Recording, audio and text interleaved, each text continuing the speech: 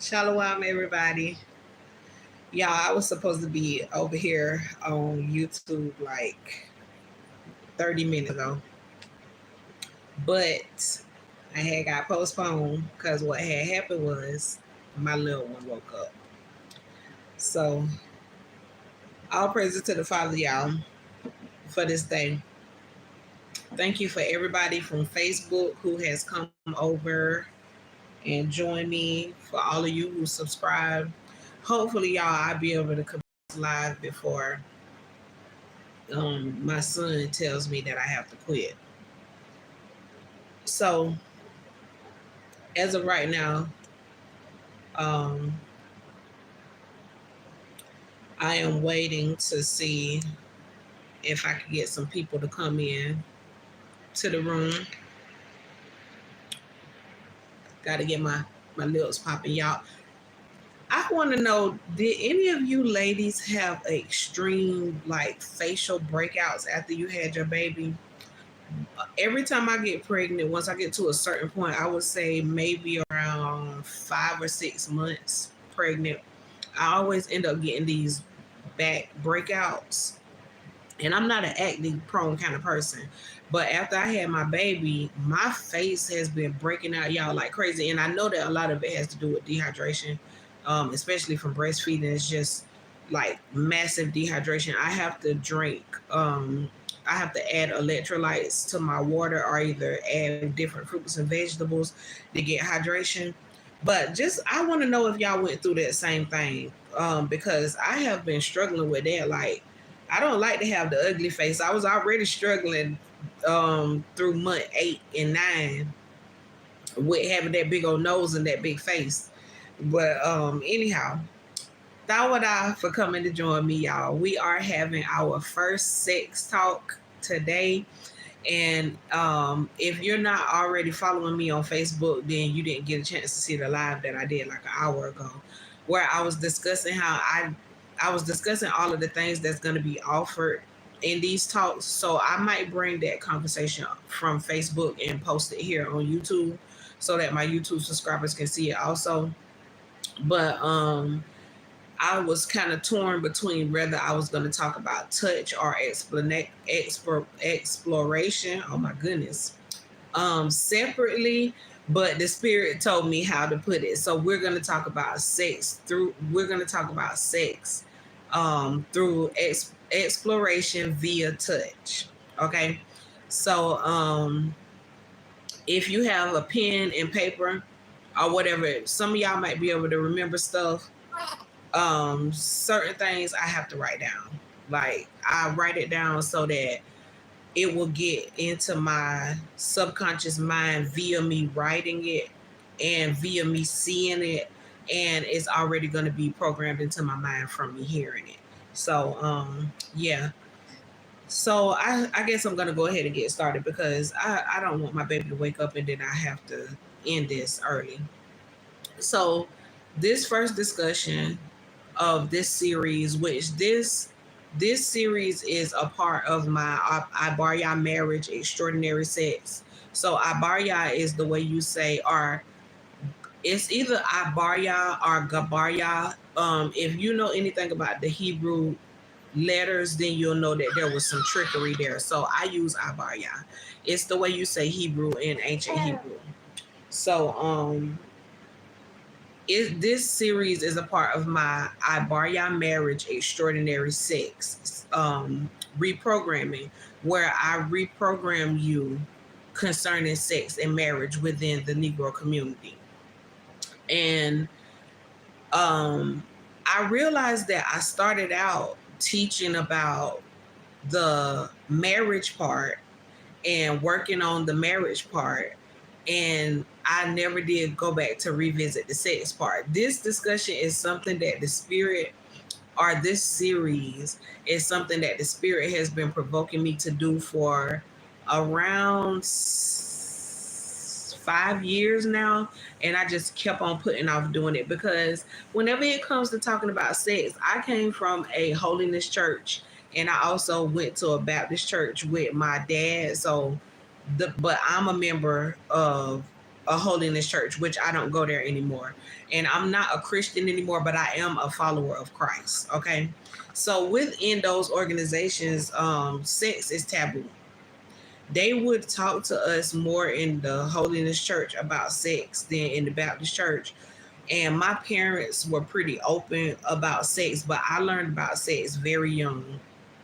My first experience with anything sexual was whenever I was maybe I was very young. I was probably like 3, 4, or 5, and I saw somebody hit a man in his crotch. And I took that, it was funny because they laughed about it. And I took it and I approached somebody in my family and I tried to hit him in his crotch. And he grabbed my hand and I think he spanked my behind like 1 or 2 times, or he hit my hand once or twice. And he let me know basically, no, you don't do that to me. You don't do that to any man. You don't let nobody do that to you. You don't touch people there. And that started me out on a positive note of knowing what was right and wrong with sex. And especially with me being so young, he could have taken advantage of me, and that would have been a terrible start because I did end up going through those types of things whenever it came to sex. But that person didn't take advantage of me. They taught me a valuable lesson. So after that, around about 9 years old was the first time that I encountered the wrong type of sex. I encountered sex from somebody touching me and somebody trying to hump me.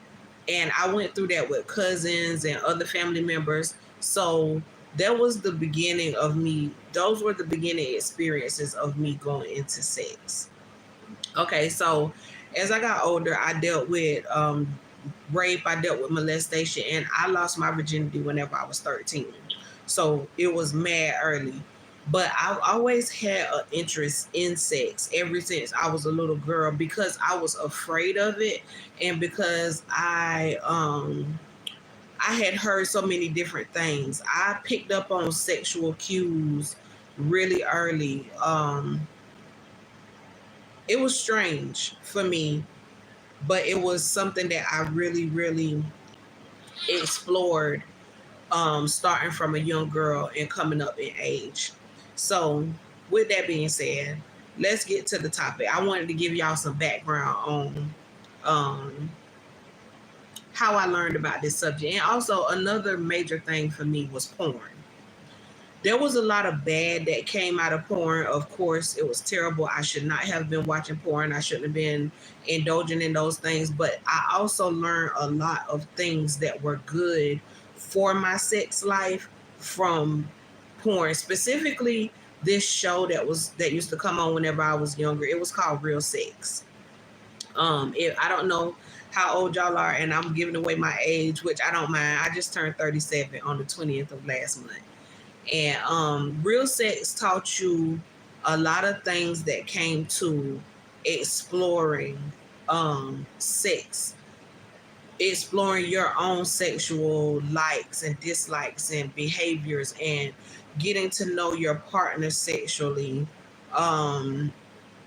by exploring them and what they liked and what they didn't like. And Real Sex gave you certain things that would help you out whenever you're dealing with somebody who's been traumatized by sex, or someone who's afraid, or someone who has who needs to be led in the right direction concerning exploring themselves and what they like sexually. So Real Sex was a huge tool for me. So to the topic. Our topic today is exploration via touch. I want to give you all, first of all, let's work on tearing down the barrier. This may not all work right now in this session, but we can work on it start working on it right now and implement certain things.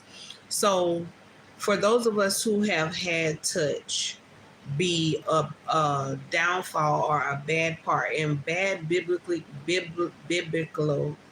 oh my goodness, according to the Bible, means raw or dysfunctional.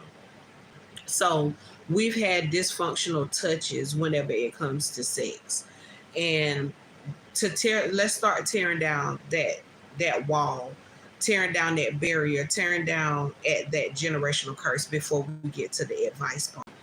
Um, if you've had these dysfunctional touches, or if you've had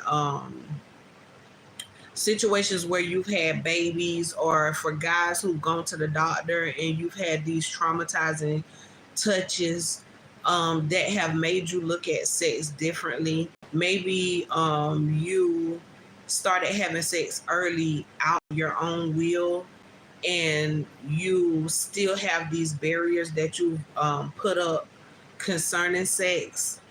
I want to give you a few ways to break that down, and I give these I give this advice in different areas of my spiritual wellness teaching, and it works well with different things all across the board of life.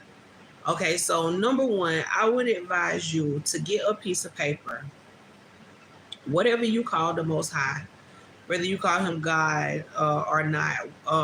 Right now, we're not going to deal with the technicalities of names. So I want you to write down on that piece of paper. But first, let me say this. Psalm 68:4 gives you the Most High's name. It gives you his sacred name, which is going to be Jah for those of you who are just looking at it plainly. From the Hebrew perspective, there was no letter J, so his name would be Yah. Okay, so you're going to write down on this piece of paper, because Yah is the word of power. There's no power in the name of Jesus. You put the power there yourself with your faith, but all of the power lies in Yah. Whenever you look at that Hebraically in symbols, it says the creator of man. It gives you an arm and a hand, and it gives you a man. Okay, so he's the creator of man. This is who we're calling on. We're going to write at the top of this paper, Father Yah, I come to you right now, and I ask that you remove these things from me, from my life. Oh, don't cry, baby. Don't cry. I'm sorry. I ask that you please remove these things from my life. In the name of Jesus, or if you call him Yahushua or whatever, I call him Yahshawai, because whenever you go and you read the word on the scrolls, when you look at the symbols, it's pronounced Yahshawai in ancient Hebrew. Okay, and Yahshawai is a equivalent of Yahshua. Okay, Yahshua is just Yiddish. So I need to give y'all this information so you'll have it as a basis going through this series, so I don't have to explain it anymore. Okay, so you're writing on the top of your paper, Father Yah, in the name of whatever you call the Messiah. I ask that you please remove these things from my life, from my mind, from my experience, from my being. And then you're going to write, I fully and freely release. Okay? Then I want you to write down a list of ways that you have been touched and ways that you have been approached sexually, things that have traumatized you sexually. I want you to be open with yourself. I want you to be real with yourself and with the universe. And I want you to release these things from you. Habakkuk 2:2 tells us to write the vision and make it plain.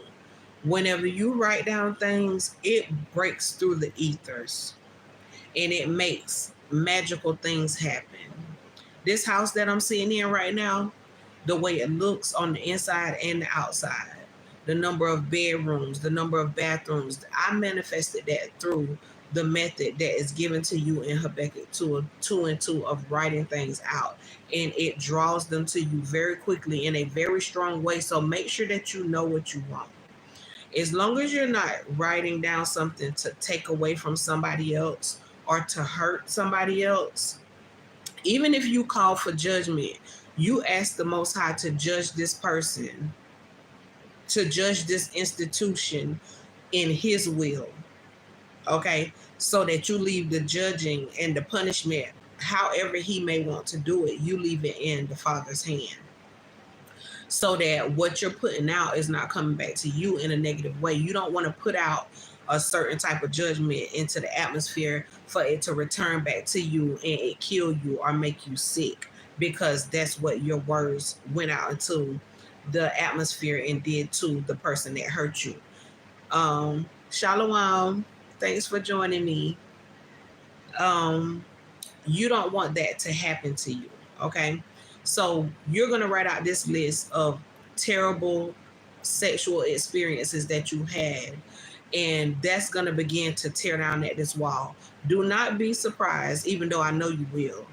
Don't be surprised whenever you realize that these things are disappearing from your subconscious. Whenever you realize that your heart is not afraid of discussing these horrible matters anymore. Whenever you realize that you are starting to heal from these things because you have written them on this list, you're going to see that it's going to move out of your life. It's going to move out of your mind. It's going to move out of your heart. Okay, the next thing that I want you to do is consider being open. Sit down, and even if you have to write it down on a piece of paper, write down something along the lines of, I will let you know that. I will give you something to help with that. For those of you who don't see this question, someone asked, how can we be confident in the area of sex? I'm assuming because this is what I'm talking about. I'll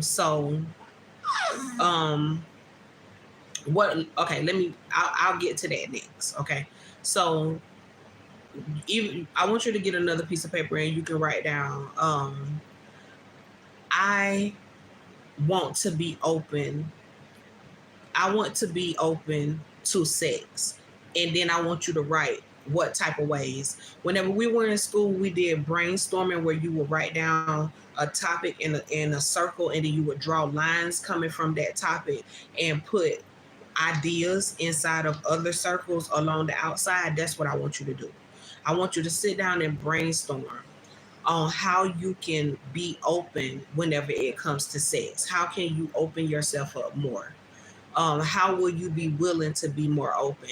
And this is the second way that you're going to start to tear down barriers that we have built up from bad sexual experiences. Even if these sexual experiences didn't hurt you, but they made you skittish, shy, or they made you confused, or you lost your confidence, I want you to write down on your brainstorming sheet. So once again, you're going to write, I am willing to be confident in this way, or how am I willing to be confident?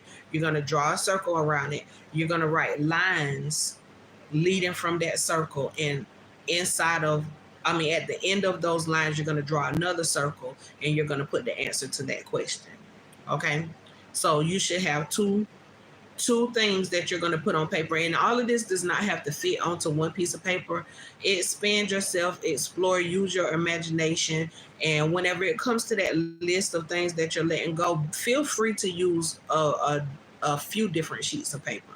Okay, so let's move on to the advice. All right, so exploration via touch. To answer the question of how can we be confident, we'll explore confidence more at a later date, but for right now, I'm going to answer your question. Whenever it comes to being confident in having sex, you have to be open and honest with yourself. Okay. In order for me, let's speak from my experience first. In order for me to be confident whenever it came to sex, I had to realize, first of all, who I was doing it with. And you need to know something about that person.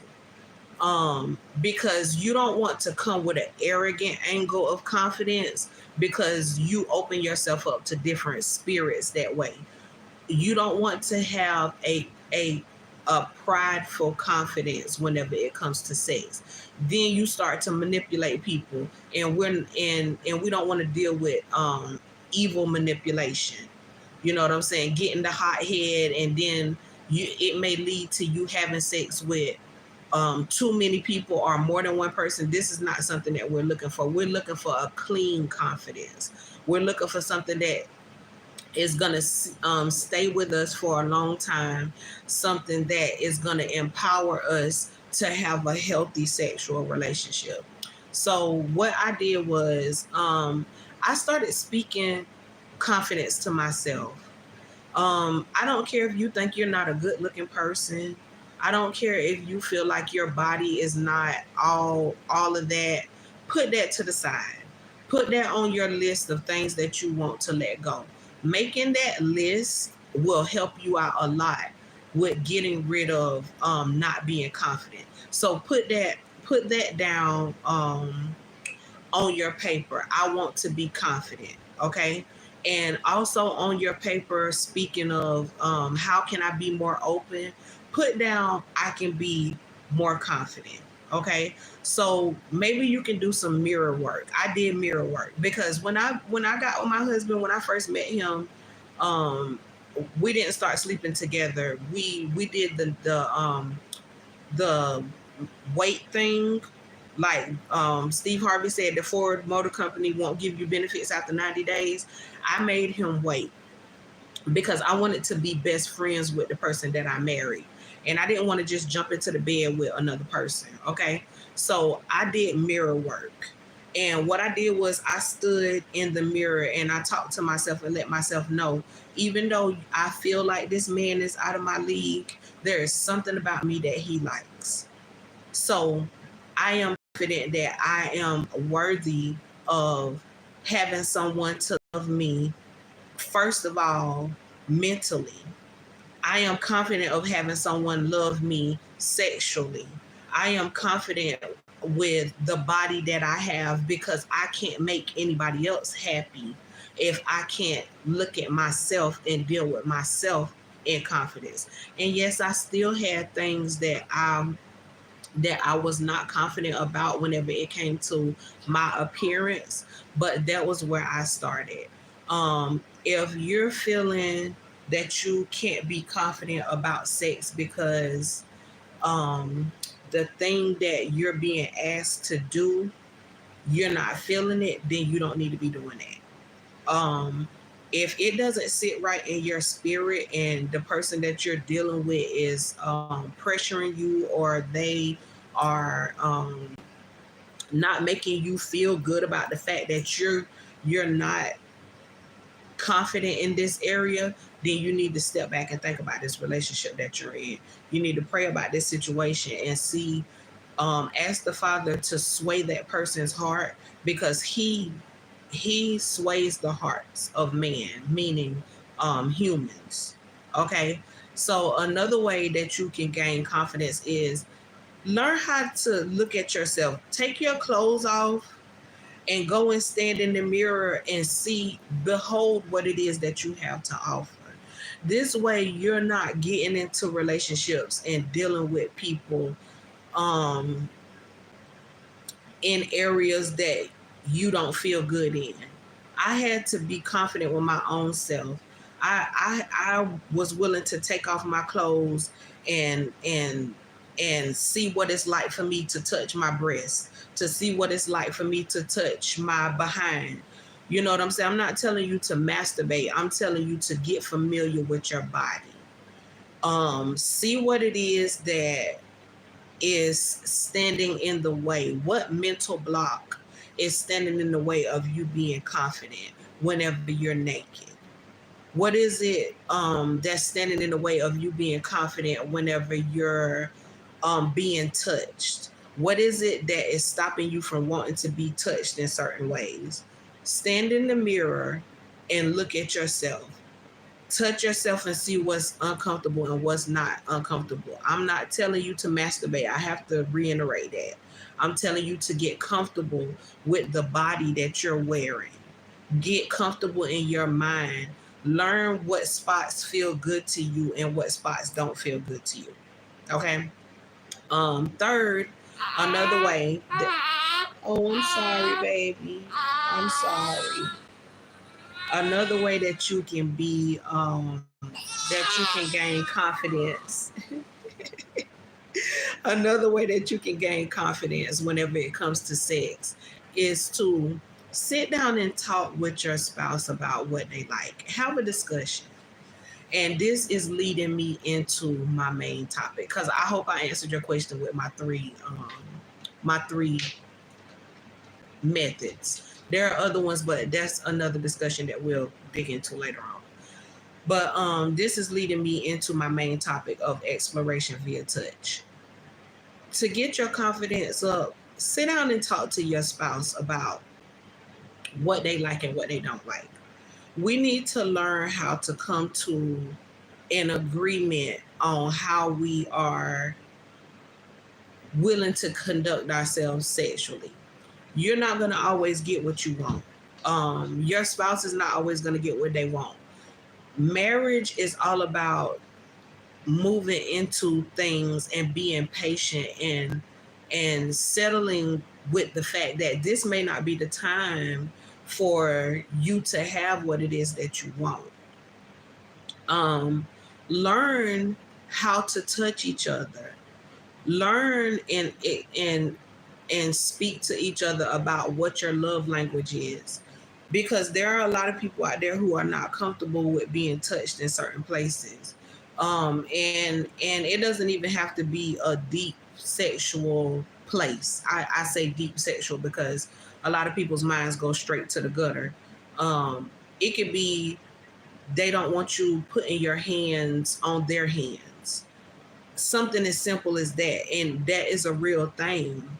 You need to know who you're dealing with. You need to know where your significant other likes to be touched.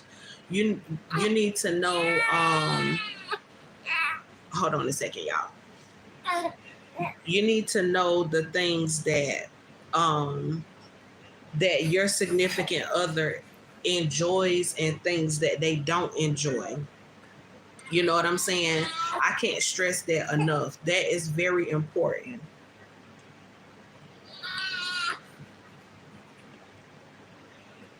This is something that we all have to work on, knowing what it is that your spouse likes and what your spouse does not like. Another thing, I would advise you to embark on this sexual journey whenever you're married. Not as a boyfriend, girlfriend type of thing, not as a hooking up type of thing. That's not the type of teachings that I can give you. Okay? So whenever it comes to exploring with touch, also, I would advise you try different things like feathers. And this is something that I learned from Real Sex also. Try something like feathers. Try something like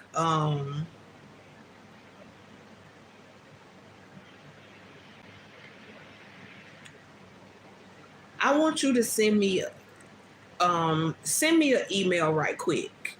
My email address is KARADYAH'S, the title of my page, at gmail.com. KARDAYHSSOUL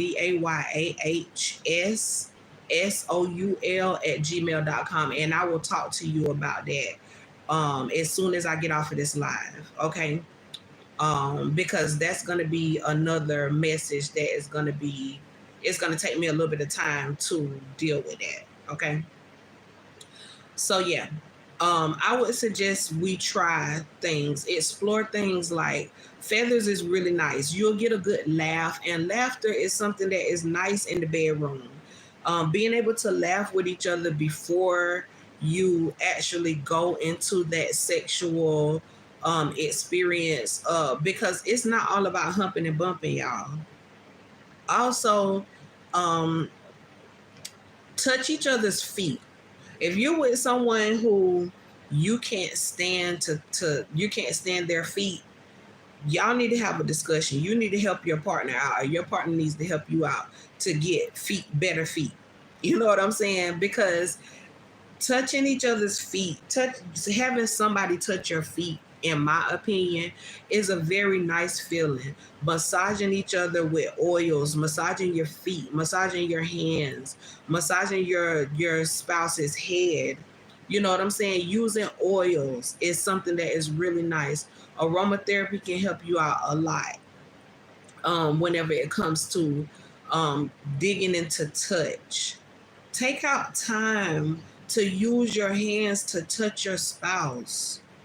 Take out time before you even get married, or if it's too late and you're already married, take out time to touch yourself, to give yourself intimate time. I'm not talking about masturbating. I have to continue to say that.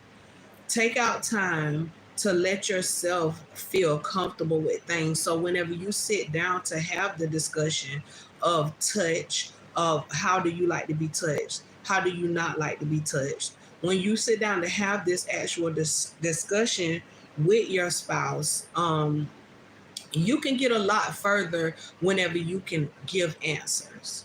Because if you sit down with that man or that woman and they're asking you things about yourself because you approach them about let's explore our sex life, or expand our sex life using touch. If you don't have answers, then y'all are not going to get very far, and it could turn the conversation and the whole experience into something that is aggravating. You know what I'm saying? And that's not what we're trying to do. We're trying to grow in this region. We're not trying to turn each other off. All right. Another thing that I would advise for you to do is be be open.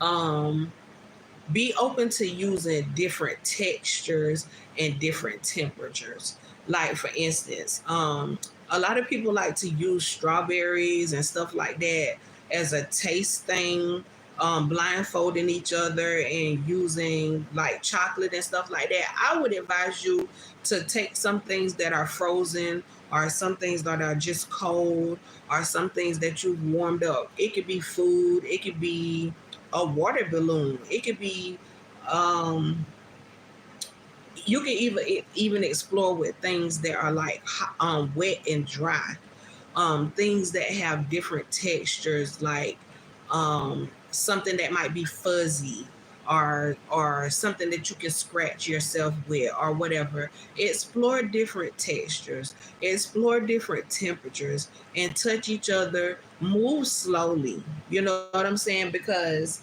um you don't want to do something like what happened on how Stella got her groove back whenever he touched her with that ice and threw the water on her. It just threw the whole mood off.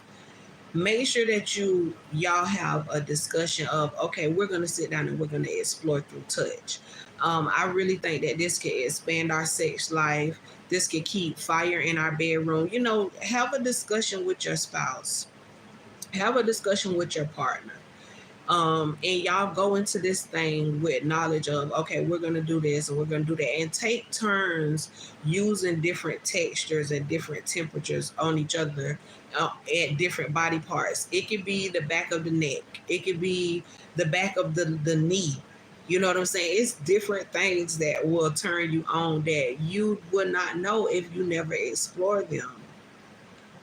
And I'm very into exploring with touch. If your love language, one of your love languages, because I've come to the determination that a love language consists of different, let's say different tongues, meaning, or different speeches, meaning, or different dialects, meaning touch can be one dialect, kissing can be another dialect, cooking could be another dialect, and it will all make up your one love language. So sit down and have a conversation and share with your spouse, my love language is touch, and share with them what type of touch it is. And if you're married to somebody and whatever answer they give you may scare you, then you probably should have learned a little bit more about this person before you married them. Like honestly, if the things that they like turns you off because it makes you afraid, or because you feel like if it's, yeah, if it, especially if it scares you, let me deal with that part, then you probably should have talked a little bit more with your spouse before y'all got married. Okay. So I don't know if y'all have any small babies, but it's a fascinating thing to watch. But they do what they want to do whenever they want to do it when they this small.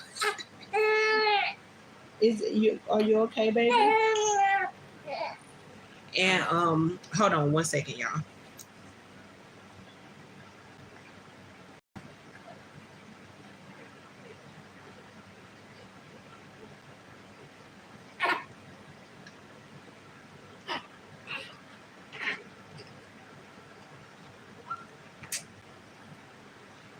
I love you, baby. Okay, I have to tend to my little man, y'all.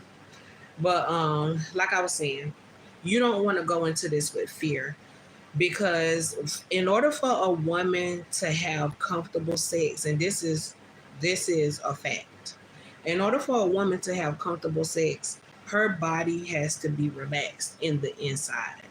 Her cervix will relax, her muscles will relax, and the experience will be better for her. It's hard for a woman to get wet whenever she is not comfortable with the way you're touching her. It's hard for a man to be turned on and to maintain an erection whenever he's not comfortable with the way you're touching him. And we women, we have to know that your man matters also in this sexual experience. So we women need to try to sit down and explore, even if your man is not open to talking about it at first.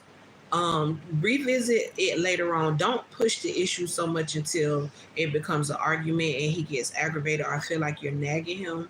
But explore your man, explore what it is that he wants, have an open mind about the situation all the way around.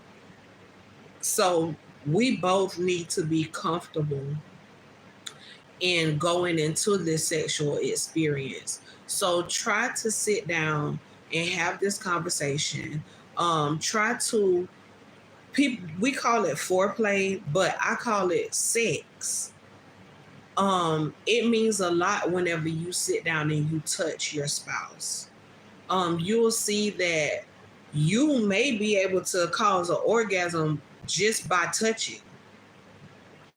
You may be able to open up that person's mind in a huge way, opening up their mind to things that you never thought. Opening up their mind and easing them whenever it comes to traumas that they've had, or bad habits that we may have picked up. You sitting down and exploring the touches that you like and being open to your spouse's touches, and your spouse exploring your touches that you like and them being open, could unlock a lot of things, y'all. um you, sex can be it sex is very spiritual, but a lot of it has to do with the mental. Sex can be very spiritual, but a lot of it has to do with an open mind. Sex can be very spiritual, but a lot of it has to do with the cleanliness of your mind, the function and the dysfunction of your mind. A lot of us are having sex with our spouses, but we're on two different pages, and it causes your spouse to go and masturbate to porn, or it causes your spouse to, and it's not always a I'm lusting after who's on the screen type of going to search porn. Sometimes they're going to see what it is that they want from you and they can't get it. They'll go to the porn world to satisfy their minds, and they don't even have to see the face of the person that they're getting the satisfaction from. They just want to see the action performed so that they can feel it like you're doing it. So take that into consideration. Okay. Touch is very important, y'all. You can touch your spouse with your words. You can explore your spouse. You can explore the sexual realm with your words by preparing the atmosphere before you even get into the bedroom by using your words. Okay, that's another form of touch. And I would advise you add that to the list of ways to touch each other. Use your words. Use eye contact. because you're touching their heart, you're touching their minds, you're manipulating the sexual experience before you even hit the bedroom. And also, I would say get grounded together. That's another form of touch. Go outside, be open, y'all. I can't say this enough. Be open to suggestions. Go outside and be barefoot together. Sit down in the grass or the dirt. Be barefoot together. Hold hands, kiss each other, and open up the door to having a very natural experience before you engage in a natural sexual experience. You'll be surprised how being in nature and engaging with your spouse, releasing those hormones of oxytocin, those chemicals of oxytocin into your blood. You'll be surprised how the outside world can contribute to the excitement in your bedroom just by you exploring, touching each other, and also being outside in nature, having that clean air, having the spirits around you, engaging in your happiness. There's really a lot, y'all. Another thing that I would advise you all to do is start massaging each other. Massage, and I'm not talking about one of those massages that has you like, oh God, I know this is leading to the bedroom. That's our intention, but the massage does not have to turn into sex. That's not. I don't know who started that cliche form of massage to where your spouse asks you for a massage, and the next thing you know, you pouncing on them or they're pouncing on you. That's not where massage has to lead at. We can do massage in a way that relaxes your spouse and releases stress from the day. And then you have conversation that leads into you two looking at each other and feeling those sexual energies, connecting with each other. And the next thing you know, boom, you're having the most extraordinary sex that you've had in your life because you took out time to work out those kinks and actually put in the effort to actually help your spouse through that massage, and not to just give them a massage because you're trying to get it out of the way. That's not the type of massaging that we're talking about. Okay. Also, I would say, let's see, I'm going to try to come up with one more way that touch can be beneficial, because I know I've said a few. And those all are very extravagant ways that I feel like you can open up the door to a better sex life. But I would even go so far as to say this. A lot of people don't like the candle wax idea, but it's not too bad. You some people, they think that pain during foreplay, like they couldn't get with 50 Shades of Grey. And I'm not talking about no crazy wild pain where you beating somebody and you got to have safe words and all that. No, I'm not talking about that. I'm talking about just little exciting things. Like whenever it comes to the candle wax thing, let's say you were to give your spouse a massage, or y'all give each other massages and you drip candle wax on each other during the massage. And it be something that you're not expecting because it's done to the back or whatever. The excitement and the anticipation, you're not hurting them. This is candle wax that we're talking about. And we're not talking about pouring candle wax on anybody, because that junk is going to have you like, no, safe word. No, not that kind of thing.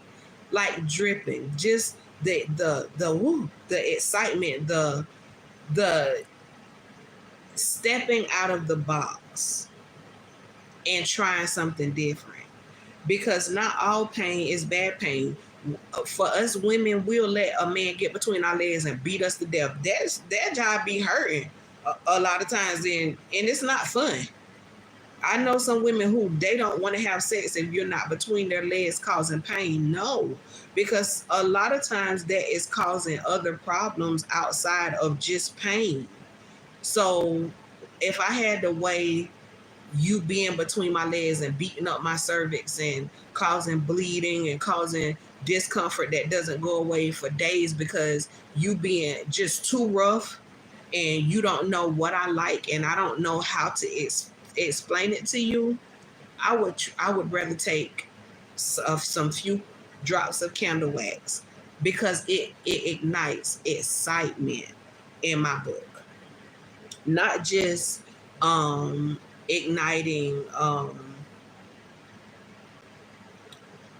pain, not causing fear, but being grown and exploring this exciting thing that has us both on edge because we don't know when it's gonna happen. We're anticipating it or whatever. It's ways for you to enjoy certain things. And if you're the kind of person who's like, I don't see how dripping hot candle wax on somebody is sexual, then it's not for you. It's not a league that you're to stand in because some of us like to be bit. You know what I'm saying? And if you have a problem with that, then that's your issue. People like what they like. I'm not telling you to draw blood like you're a vampire. I'm not telling you to do some wild and crazy stuff. I'm telling you to do something that is going to tease your skin, that's going to tease your senses, something that is going to tease your mind when it comes to exploration. Try those things, okay? All of this that I have given y'all are ways for you to explore sex through touch. Find out what is for you and find out what is not. And leave a comment and let me know if you've tried any of these things. Let me know if these ways of touch have grown your marriage any, if it has made your relationship bloom at all. Let me know because like I said, I'm into trying things. If you know some ways to explore sex through touch, if you know some ways to explore sex through touch that I haven't mentioned here, share it with me. Maybe it's something that I have not thought of.